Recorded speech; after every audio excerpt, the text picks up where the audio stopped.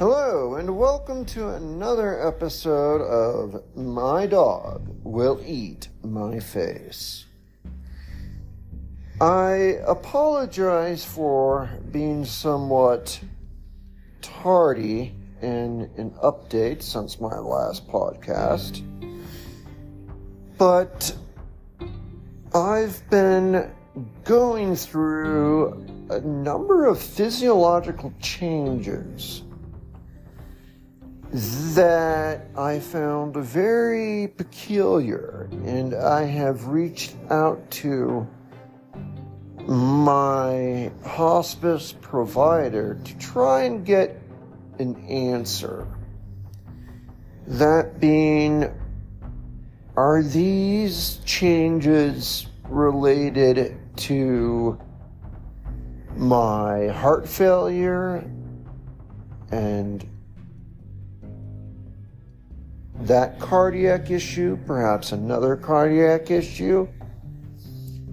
Or are they all independent events that just coincidentally occurred approximately around the same times? And I've been asking my provider, that is through my nurses that visit routinely, to ask the providing doctor whether or not these physiological changes are a result of my medical condition, the specific medical condition of heart failure. And much to my frustration, I have yet to get an answer. So, with that all being said, I still don't have an answer precisely to my questions, but I've had some acknowledgement, I guess, for lack of a better word, from nurses saying that it sounds like, and they think, that these changes are indeed a result of my heart failure and or are, unfortunately for me, a part of the dying process. So, rather than waiting to get any more of an explicit answer from the doctor, which I may yet still receive, I've decided to go ahead and let all of you, my dear listeners, know what those changes are. Perhaps some of you out there might know better than me. You might be able to contact me and say, yes, that makes sense. So, for lack of receiving clear distinction from my medical care doctor, I guess I'm just going to resort to a global poll or something like that. But actually, in all seriousness, I can't sit on it any longer, I feel, and just wanted to share at least that update with the physiological changes that are happening to me. And that is what I am going to discuss today.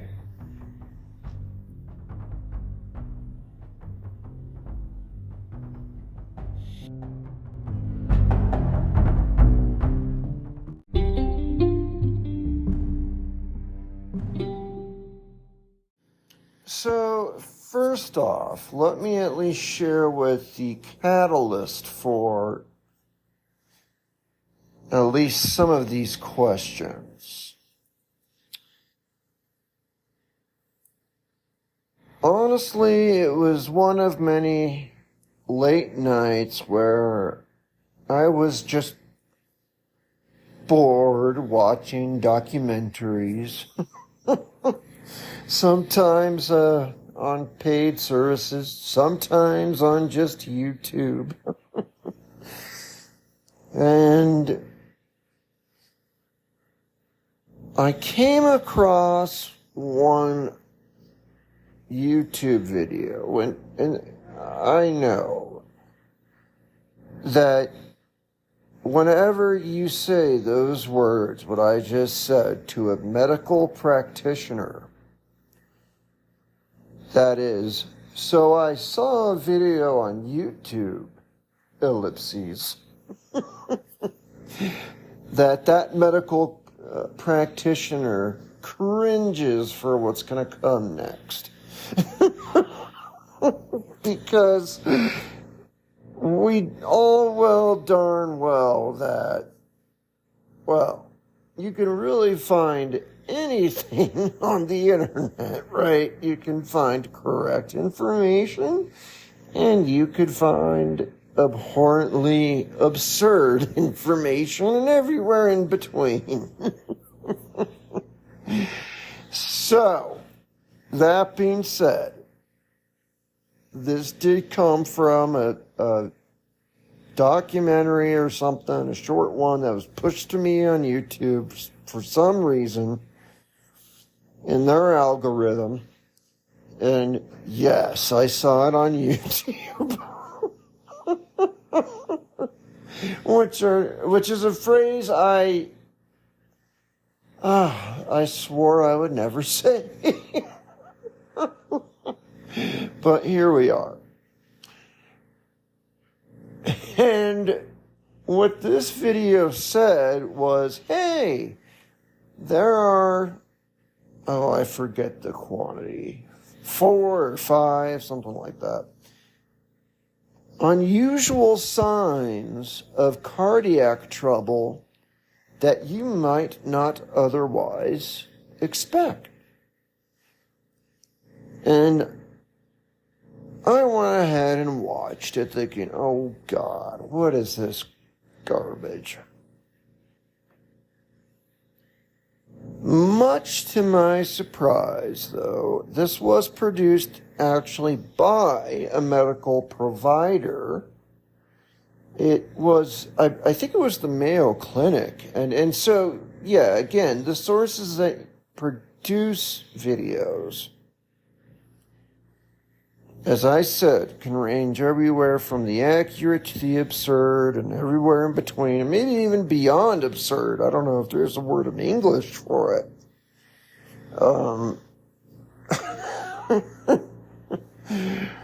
The internet of today has required the English language to evolve a more extreme word than absurd. Anyway, in this video that was produced again by a respected source of some sort, let's just leave it at that, it listed off a few kind of weird, unusual bodily functions or features, things that go on with the body that could be a sign of severe cardiac issues and even potentially death.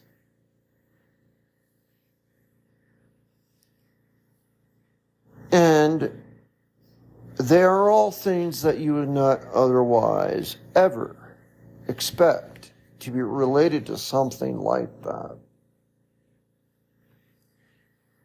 And my surprise was, as they went through these various things, it wasn't much, like I said, 4 or 5.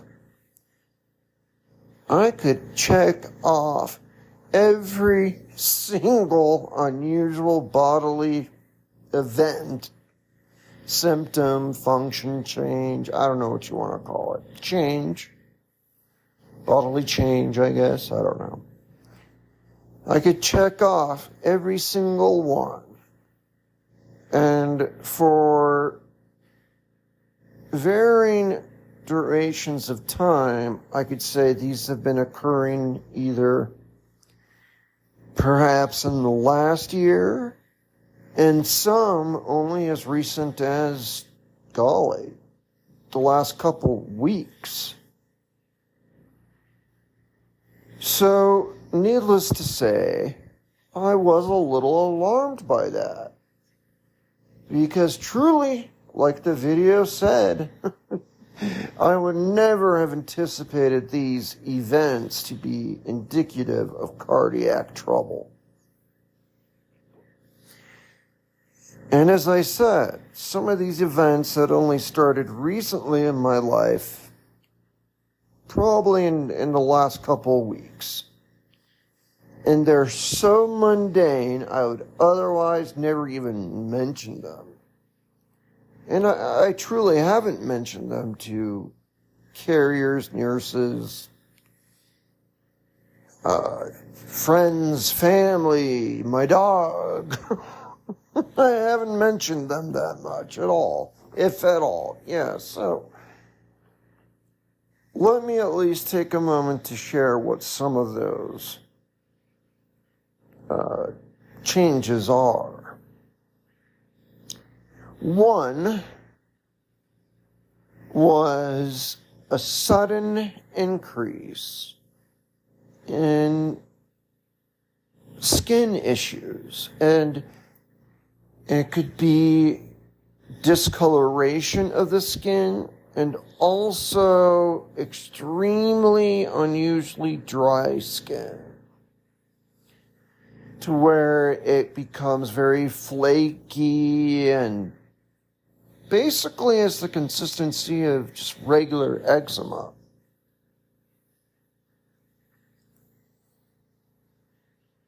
Now, that has absolutely happened to me in the last few months, and it's been consistently happening ever since it started. I would never otherwise mention it because I was just saying to myself when it started, gosh, it's just this dry weather that I live in, and it must be really bad. And that's where my thought process ended. But this video did point out, of course, your skin is the largest organ in your body. And much like any other organ, if there is not sufficient supply of blood to that organ because the heart is unable to pump well enough to get those various things the skin or as an organ needs to function, that it could cause that organ to not perform as it should. And that's obviously a duh statement, right? When you look at it just plainly like that, it's obvious. But truth being told, I've been having these discolorations, like weird little splotches on my skin. It might be like on my lower shin, so I don't really think about it.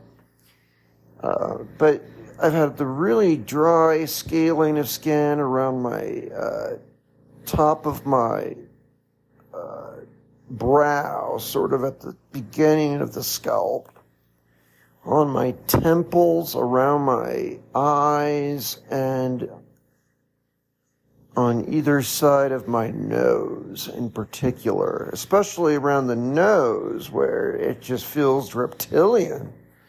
It's just scaly and dry skin, so I thought nothing of it and just applied lotion, and that seems to fix it. But that was one of the things, again, listed in this documentary, this mini documentary, where much like any other organ in your body, it could be indicative of poor blood flow to the skin. And truth being told, before this happened, before all of this started to go down, where I had these splotches and dry skin in places, I had eczema exactly twice in my entire life. And it was right there in the webbing both times. It was right there in the webbing between the thumb and the index finger. That's it. So for this sudden change throughout my body, it was very noticeable, but I chalked it up to the weather. But that was one thing they listed. So if it was just one thing, I wouldn't think about it still, right? I'm not going to go crazy over one match. But there were more, of course, as I said. Another feature they described was persistent hoarseness in the voice. You can hear it now in my voice. And through most of my podcasts lately, you can hear hoarseness in my voice, especially as I continue to speak. And truth being told, pretty much every morning I wake up now, I can barely squawk out a single word. No kidding. My voice just goes nowhere. It's like I've got a severe throat infection is what I'd equate it to. It might get better. Well, it does get better. During the day when I actually get some hydration on it, especially like warm fluid or steam.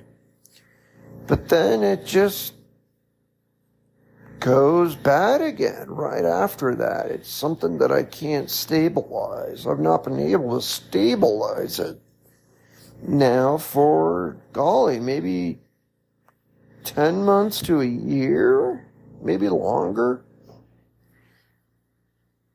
And again, I would not normally think much of it, just a change in my body. Maybe I'm just getting old. I don't know.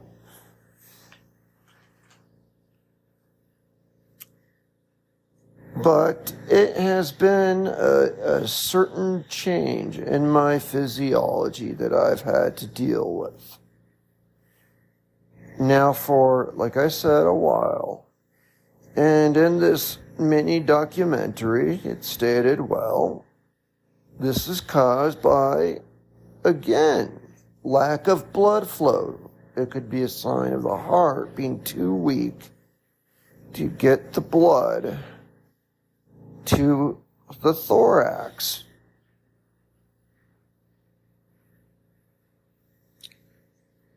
Thus, resulting in long-term, persistent hoarseness. Check that one off for me. That's definitely been happening. If you go back to my podcast, so maybe a year ago or more, you never heard of any, or very rarely, I don't want to say never, right? But you would rarely ever hear hoarseness in my voice. Though if you go over recent history, you're going to hear it every single time I do a podcast. And I do it, that as I create the recording, when my voice is at its pinnacle best performance during the day. So you can only imagine how much worse it is in the morning or evening when it begins and then quickly returns to this almost complete inability to speak. So, like I said, check that one off for me. A third item they said was This is going to get a little gross, guys, but I got to mention it. The third item they said was severe persistent constipation. And I'm just going to say, let's check that one off for me. I'm not going to get into the disgusting details of that. But I actually saw one of my nurses today under my hospice care. And she listened, like they do every visit, to my stomach. And I never knew why they would always listen to the stomach. But now I know why.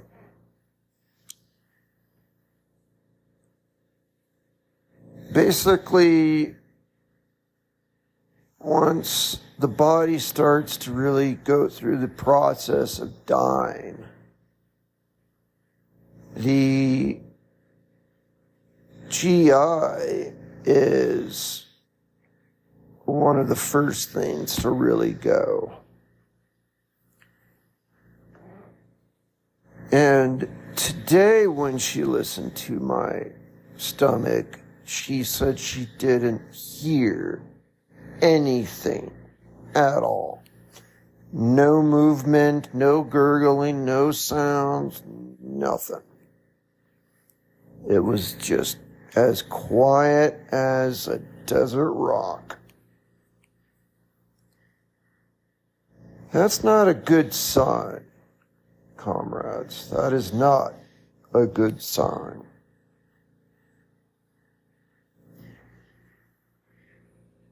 Now, there was also a fourth item that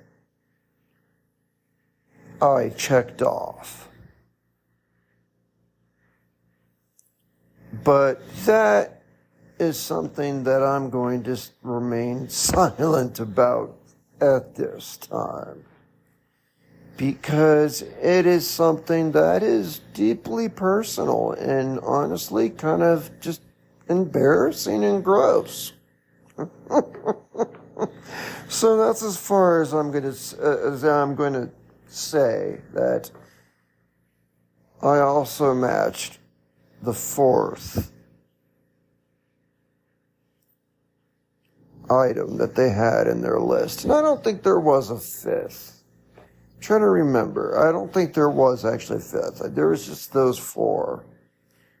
Or if there was a fifth, I matched it, and I just can't remember it because it hit me like a brick so fast. I'd have to go back and rewatch the documentary, but who's got time to do that? Ain't nobody got time for that. So, yeah. So those are the symptoms and changes that I've gone through. And again, some of these have just been happening in the last few weeks, such as my gut not moving anything along at all. It just being silent. And that could be also a sign of an advanced process of the death process, so to speak, to where the body starts to shut down as it begins to die. And that's absolutely something that I've been experiencing. Oh, I remember now, there was a fifth one, and yes, it can be checked off. But that might be still a little too personal. I don't want to get gross. This is a family show, for crying out loud. So, just take my word for it, there was a fifth, and that was checked off as well. And these are all things I would never otherwise have expected to be related to a cardiac issue, honestly. For each one, I saw them as independent, minor things that I was treating on my own. I was putting lotion on my face and my skin. I was, doing other things for the other issues. I mean, I would have never have guessed that they could all be connected to one thing.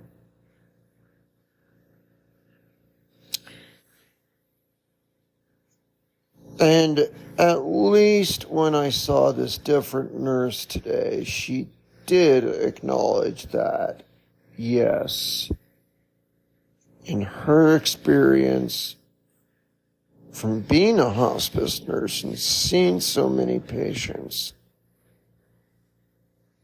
these incidents or these changes are very common amongst those who are going through the death process.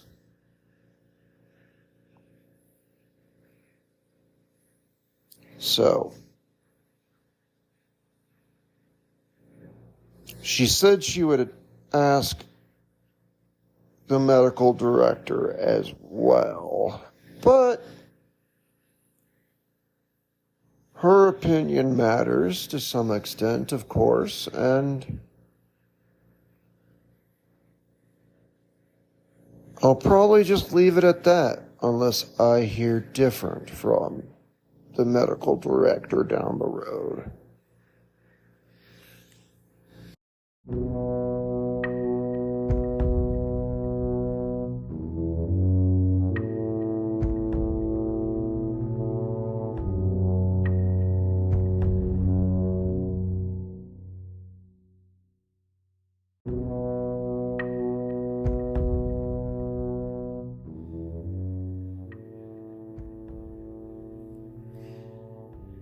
So, my friends, I am going to keep this week's podcast short. And mean it this time. It's a red letter day. Because I really don't have more to say about that topic than just what I've already said. I'm sort of at the point where it just is what it is.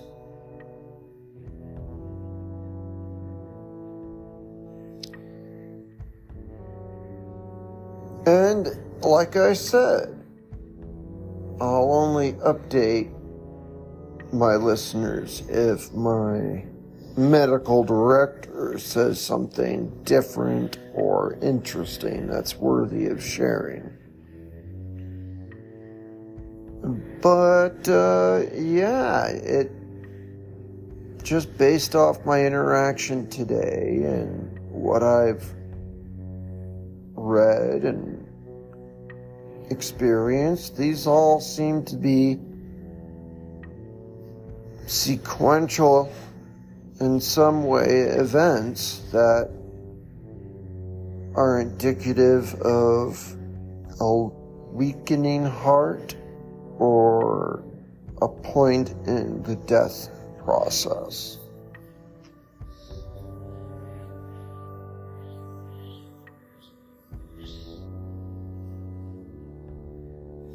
And I don't have anything I can do about that. Except for, like I said already, I could treat the individual symptoms I can put lotion on my face, for example. I'm not doomed to these events. But all of them becoming apparent and matching verbatim what was cited in this relatively good mini documentary that I saw. I have no reason to disbelieve it, more so than any other documentary you'd find on cable. In fact, I would far believe it way more than anything today on the History Channel. Talk about a network that went downhill fast. I don't even know how they get by still calling it the History Channel. I remember when it was about real history. Anyway.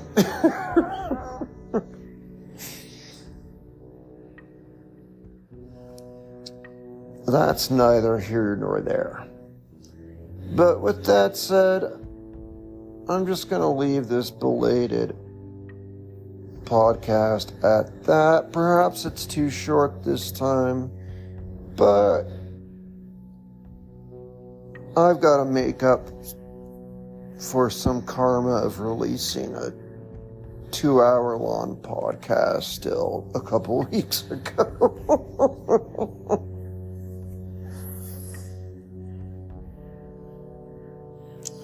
And I will try to be in touch once more in the near future. If I have more information with respect to this, I'll be more than happy to share it.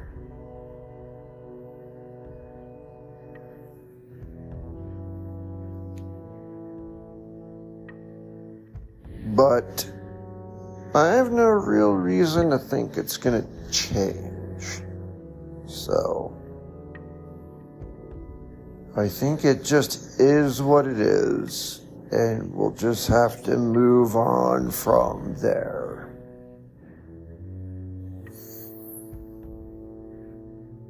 But sincerely to all of you, thank you for taking a little bit of time to listen to my podcast. At least today I kept it short and sweet.